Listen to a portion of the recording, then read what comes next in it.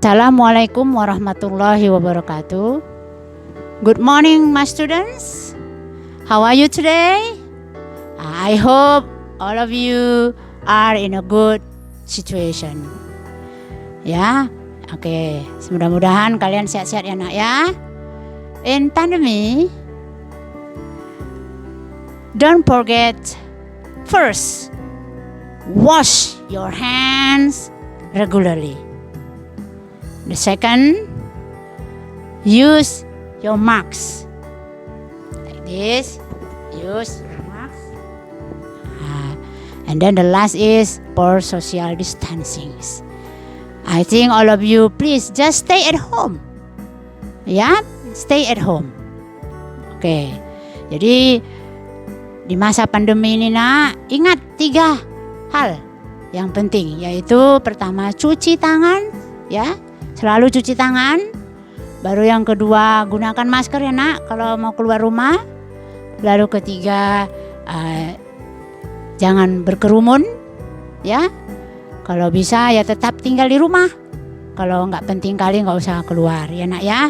Nah, I hope all of us will study hard. Ya, Mem harap semuanya mau dan bersemangat dalam belajar hari ini ya. Oke.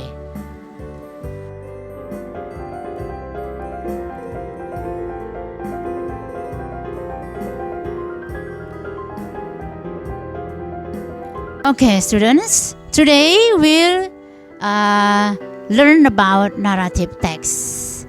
Narrative text is an imaginative text to entertain people. Jadi naratif teks itu adalah teks imajinasi, hayalan yang bertujuan untuk menghibur orang, ya. Nah, there are types of narrative text. The first is fairy tales. Nah, ini bentuk-bentuk naratif teks itu ada pertama fairy tales. Ini biasanya kisah-kisah fantasi. Seperti kalau kamu tahu kisah dongeng Snow White ya nak ya, Timun Mas. Nah, itu fantasi dia.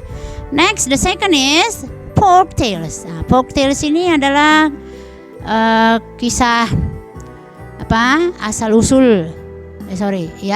Kisah dongeng juga. Ini biasanya dari mulut ke mulut. Nah, misalnya cerita tentang Danau Toba, Lake Toba. Nah, seperti itu namanya folk tales ya, cerita rakyat. Nah, baru yang ketiga adalah myths. Nah, myths ini hampir mirip dengan folk tales juga, cerita rakyat. Baru ada fable. Fable ini kisah tentang hewan-hewan. Jadi karakternya, tokoh-tokohnya adalah hewan. Misalnya kalau kamu yang tahu itu kisah The Ant and the Grasshopper, ya kan? Semut dan belalang ya nak ya. Nah, itu termasuk fable. Baru next, legend. Nah, legend ini adalah kisah asal-usul sebuah daerah atau sebuah tempat. Misalnya kita tahu ada kisah Banyuwangi ya nak ya. Banyuwangi itu contoh legend. Nah, next, generic structure. Generic structure of narrative text, like first is orientation. Jadi ada orientasi, pengenalan. Di sini dikenalkan the karakternya siapa, lalu where, tempatnya di mana ya, when, kapan dan sebagainya. Next, the second is complication. Where the problem is developed, di mana masalah berkembang. Nah, di sini di konflik inilah masalah. Jadi ciri-ciri naratif teks itu adalah adanya konflik atau masalah. Next, resolution. Ya, where the problem is solved, di mana masalah diselesaikan. Nah, di bagian ini ini biasanya ada happy ending or sad ending or tragic. Jadi kalau Cinderella itu biasanya berakhir happy ending. Kalau Danau Toba itu biasanya berakhir sad ending or tragic. The last is reorientation, optional. Jadi reorientation ini is about a moral lesson or moral value of the story. Jadi biasanya ini bisa ada, bisa juga tidak ya. Merupakan pesan moral. Jadi sebuah cerita itu ada pesan moralnya ya. Next, language features of narrative text. Ya, bagaimana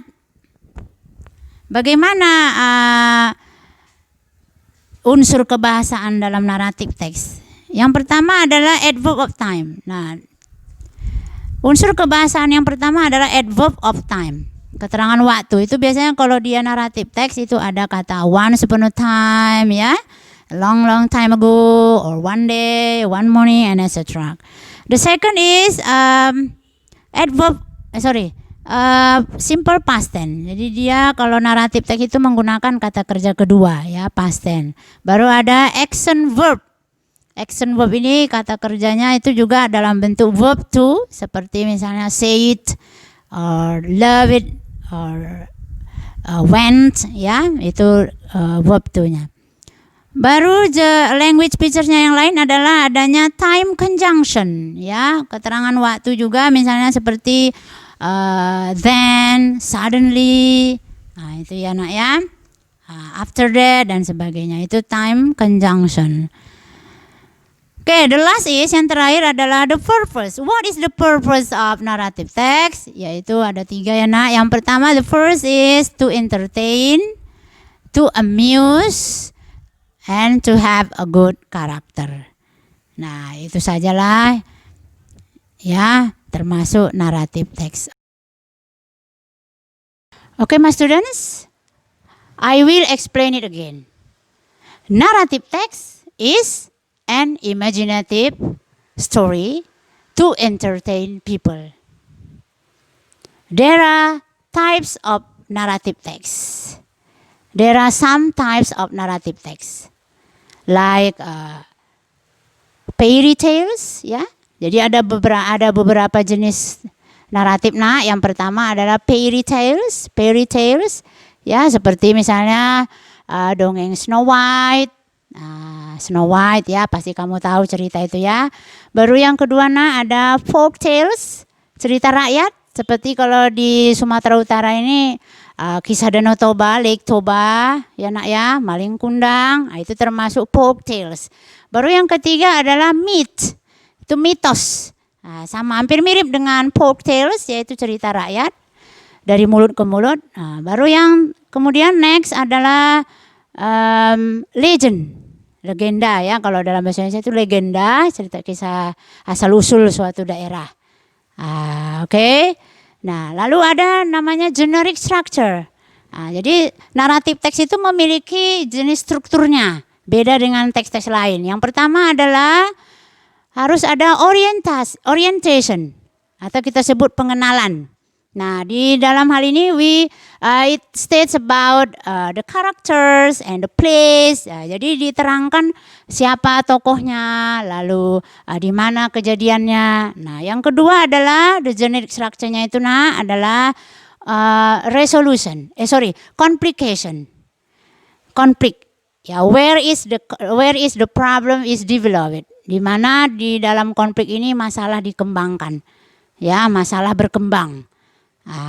Ada masalah. Jadi ciri khas naratif teks itu adalah adanya konflik.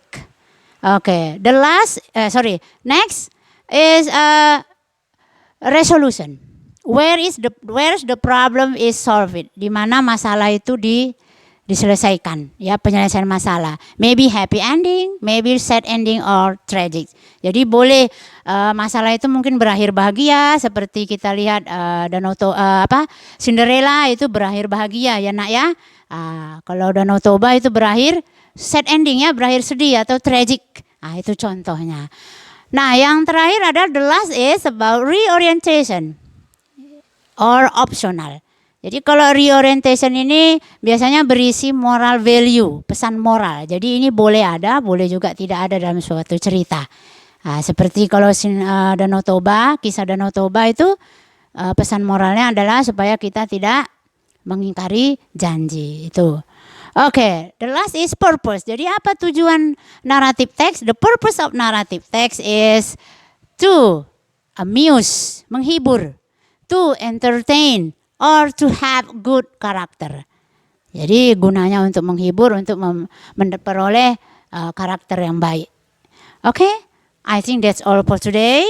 Next, I will give you some questions or some talks about narrative text. Okay, see you.